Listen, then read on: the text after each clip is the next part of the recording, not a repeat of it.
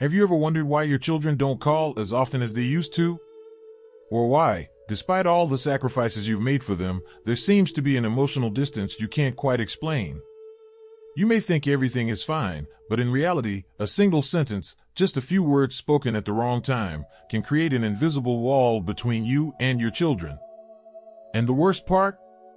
Most parents say these sentences without even realizing the damage they cause. Today, we're diving deep into 5 dangerous sentences that parents should never say to their children, especially as they grow older. Each one carries an unintended consequence, pushing your children further away, sometimes forever.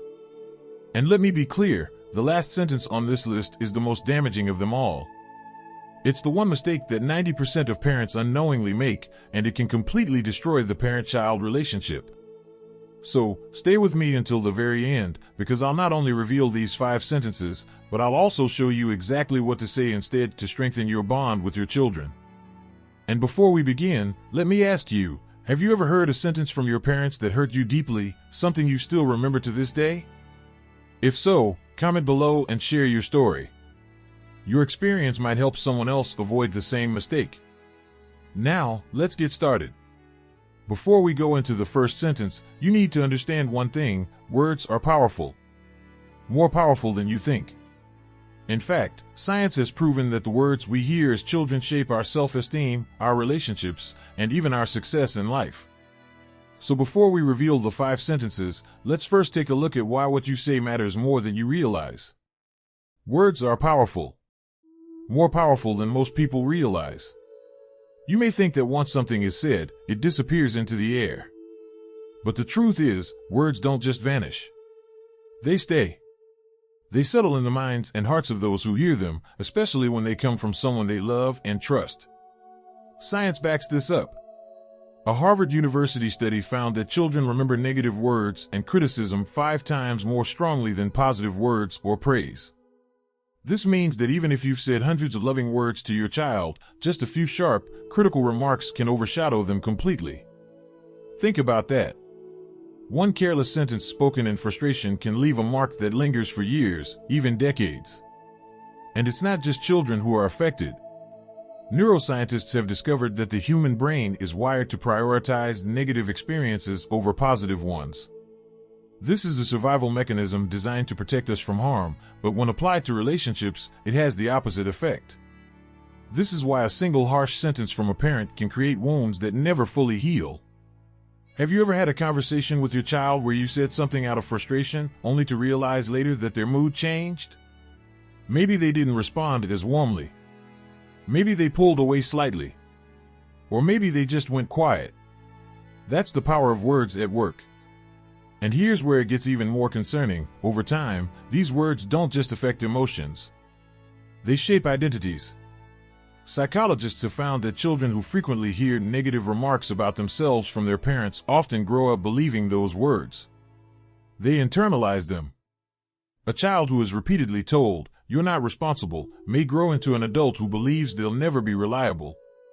A child who hears, "You're a failure," may subconsciously sabotage their own success because deep down, they've accepted that identity. And then, as they grow older, they distance themselves. Not because they don't love you, but because deep inside, they carry the weight of your words. So, before we dive into the 5 most dangerous sentences parents say, let me ask you this. If words have the power to shape how your children see themselves, what kind of words do you want them to remember? Let's begin with the first sentence, one that may seem harmless at first, but can quietly destroy the emotional connection between you and your children. A staggering 83% of adults admit that the words their parents said to them as children have had a lasting impact on their self-confidence and relationships. Let that sink in. For most people, childhood isn't just a collection of memories, it's a foundation.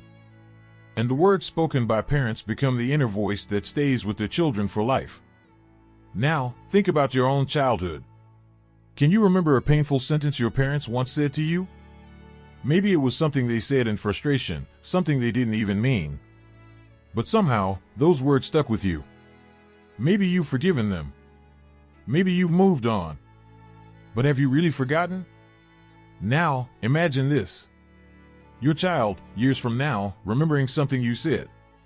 Not just remembering it, but carrying it, shaping their confidence, their relationships, even the way they see themselves. And what if that memory is one that makes them feel small? Unworthy? Not good enough? Because here's the truth, parents don't just raise children. They raise future adults.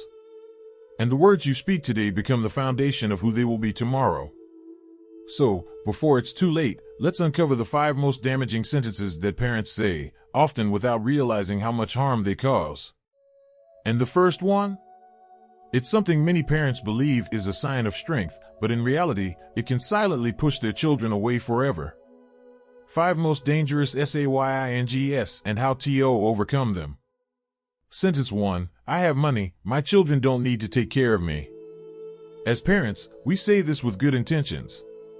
We want to reassure our children that we are independent, that we don't want to be a burden. But what do they actually hear? Mom and dad don't need me. I am not important in their lives. And over time, that small feeling of emotional distance grows into something much bigger. At first, your children may appreciate your independence. They may even admire your strength. But as the years go by, something unexpected happens. They start to believe that you truly don't need them. So, they stop checking in as often. They don't visit as much. Not because they don't love you, but because they don't feel needed. And then, one day, you wake up and realize your home is quiet. Too quiet. The phone doesn't ring as often. The laughter of your grandchildren is a distant memory. And suddenly, that independence you were so proud of, it feels more like loneliness.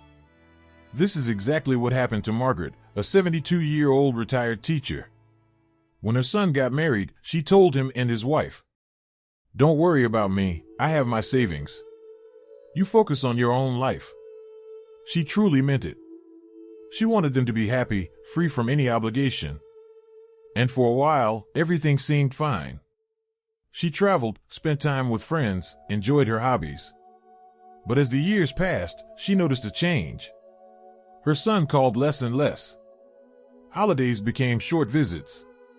Eventually, he stopped asking if she needed anything at all. One evening, she found herself staring at her silent phone, realizing something painful. She had created the very loneliness she never wanted. Because here's the truth, people stay close where they feel needed. When parents insist they don't need their children, they may unintentionally push them away. Not because the children don't care, but because they believe their presence doesn't matter. So, how do you fix this? The answer is simple, let them know they are important in your life. You don't have to rely on them financially. You don't have to demand their help. But you can say things like, "I love spending time with you. Hearing your voice always brightens my day. I would really appreciate your advice on this." These small shifts in language make a big difference. They remind your children that their presence matters, not because you need money, but because you need them. And remember this, being strong and independent doesn't mean being emotionally distant. Now, you might be thinking, okay, I won't push my children away. Maybe I'll even involve them a little more in my life. But what if I told you there's another mistake that parents make? One that might seem harmless, but can actually destroy trust within a family? That's exactly what we're going to talk about next. Sentence 2, my children know exactly how much money I have. At first glance, this statement might seem harmless. You're simply being transparent with your family. But what if I told you that sharing too much financial information with your children can actually damage your relationship? Because when parents openly discuss their wealth, whether big or small, it often leads to 2 dangerous outcomes. It changes the way children see you. It changes the way children see each other. Let's talk about the first one. When children know exactly how much money their parents have, something subtle but dangerous can happen. Money becomes part of the relationship. At first, they might not even realize it. But over time, financial expectations creep in. They start assuming what their parents will pay for. They start seeing their inheritance as something guaranteed. And in some cases, they begin prioritizing what they can get over who their parents are. Suddenly, conversations about family turn into conversations about money. Suddenly, visits start feeling transactional. And then there's the second problem: money can divide siblings. When parents discuss their financial situation openly, children start comparing. Who will inherit more? Who is being treated unfairly? Who deserves what? And before you know it, the love between siblings turns into silent competition. This is exactly what happened to Linda, a 68-year-old widow with 3 children. After her husband passed away, she sat down with him and said, "I want to be open about my finances so there are no surprises." She told them how much she had in savings. She told them how she planned to divide her assets. She even asked for their input on what they thought was fair. At first, everything seemed fine. But then, small things started changing. Her eldest son began visiting more often, but not out of love, out of concern for how she was spending money. Her youngest daughter started dropping hints about her financial struggles, subtly suggesting that she deserved more than her siblings. And then one day, her middle son asked, "Mom, are you sure you should be spending so much on travel? Shouldn't you be saving more for us?" That's when Linda realized the truth. By revealing her financial situation too soon, she had unintentionally changed the dynamic of her family. The focus had shifted from love and connection to money and entitlement. And the worst part? She could never take those conversations back. So, what's the solution? It's simple: keep your financial details private. This doesn't mean hiding everything from your children. It means sharing only what is necessary at the right time. If you want to discuss inheritance, do it through legal planning, not casual conversations. If your children ask about your finances, remind them that your financial independence is your business. And most importantly, never let money define your role as a parent. Because at the end of the day, your value isn't in your bank account, it's in the love, wisdom, and guidance you provide. Now, you might be thinking, "Okay, I'll be more careful about discussing money with my children." But what if I told you that there's another sentence parents say all the time, one that seems completely innocent, but can secretly destroy a child's self-esteem? That's exactly what we're going to talk about next. Sentence 3. Why can't you be more like your brother/sister? As parents, we often believe comparison is a form of motivation. We think that by pointing out a sibling's achievements, we're encouraging the other child to work harder, to be better. But what do children actually hear? "You're not good enough. No matter what you do, you will never measure up. Mom and Dad love them more." And that is the beginning of something much worse: resentment. Not just resentment toward their sibling, but resentment toward you. Because when children feel compared, they stop feeling loved for who they are. And over time, that resentment doesn't fade, it grows. Let me tell you a story. Karen, now 65 years old, still remembers the words her mother used to say when she was a child. "Look at your sister, she's always so responsible. Why can't you be more like her? Your brother never causes trouble. Why do you always make things difficult?" She heard these words over and over again. At first, she tried harder. She thought, if I can just be more like my sister, maybe Mom will be proud of me too. But no matter how much she tried, the comparisons never stopped. And eventually, something inside her broke. She stopped trying. She stopped caring. And worst of all, she stopped loving her mother the way she used to. Even decades later, long after her mother had passed, that pain still remained. "I forgave her," Karen says, "but I never forgot." That is the power of words. A single sentence, spoken in childhood, can create wounds that last a lifetime. So, how do we fix this?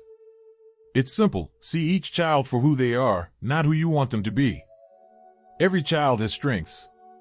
Instead of comparing them, highlight what makes them unique. Instead of saying, "Why can't you be more like your sister?" try saying, "I love how creative you are."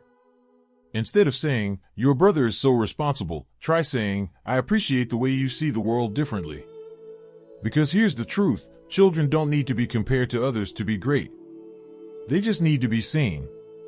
Now, you might be thinking, "I won't compare my children anymore."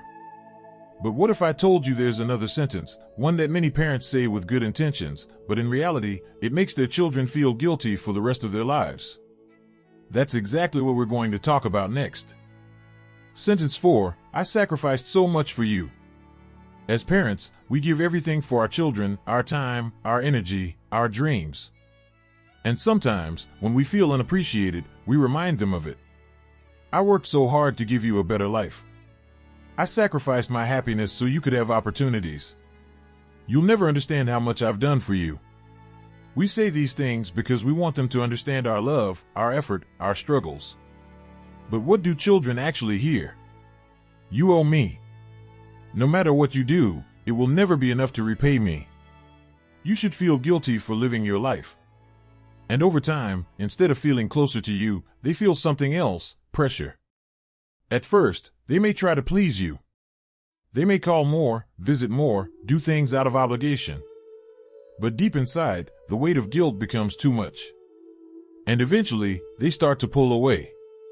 Not because they don't love you, but because every interaction becomes a reminder of a debt they can never repay.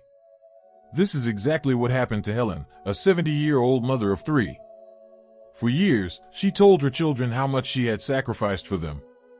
She worked 2 jobs to put them through college. She gave up her dreams so they could have theirs. She never took vacations, never spent money on herself, all for them. At first, her children listened. They were grateful. But as time went on, something changed. They stopped calling as often. They stopped sharing their successes with her. They started feeling more guilt than love. Until one day, her eldest son finally said, "Mom, I love you. But I can't keep living my life feeling like I'm failing you." That's when Ellen realized the truth. Her words, meant to express love, had become chains around her children's hearts. So, what's the solution? It's simple: give without expecting. Love without conditions. Instead of reminding your children of your sacrifices, remind them of your love. Instead of saying, "I gave up so much for you," say, "I'm proud of who you've become." Instead of saying, "You'll never understand how much I did for you," say, "All I ever wanted was for you to be happy." Because at the end of the day, love should never feel like a debt. Now, you might be thinking, "I won't put that pressure on my children anymore." But there's one more mistake, the biggest mistake of all. It's the sentence that can silently break a child's spirit, destroy their confidence, and leave a wound that never fully heals. And sadly, most parents don't even realize they're saying it. Let's talk about it next. Sentence 5, you will never succeed if you keep doing this. Parents say this out of frustration, out of fear, or out of love. We want our children to do better, to push themselves, to avoid mistakes. But what do they actually hear? You are a failure. No matter what you try, you will never be good enough. I don't believe in you. And over time, something tragic happens. They start believing it too. Because here's the truth, the way you speak to your child becomes their inner voice. If they hear, "You will never succeed," they will always doubt themselves. If they hear, "You're not capable," they will be afraid to take risks.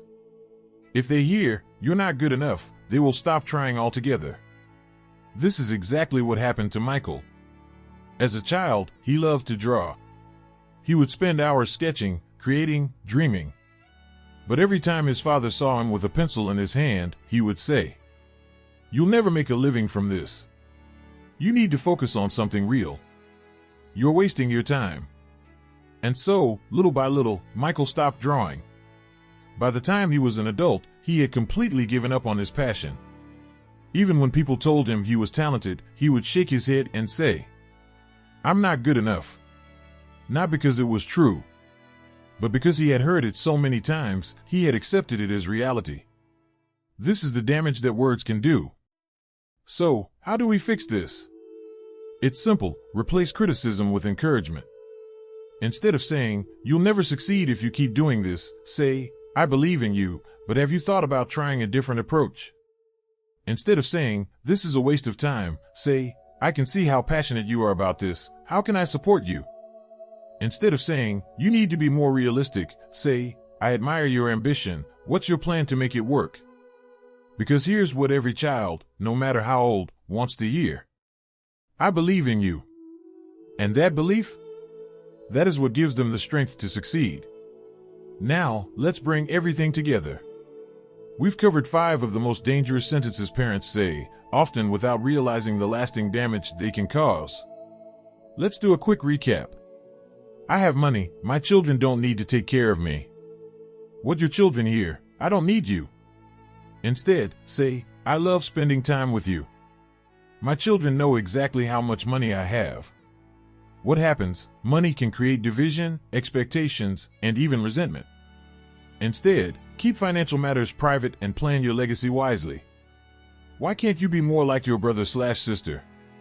What your child hears, you're not good enough. Instead, acknowledge and appreciate their unique strengths. I sacrificed so much for you.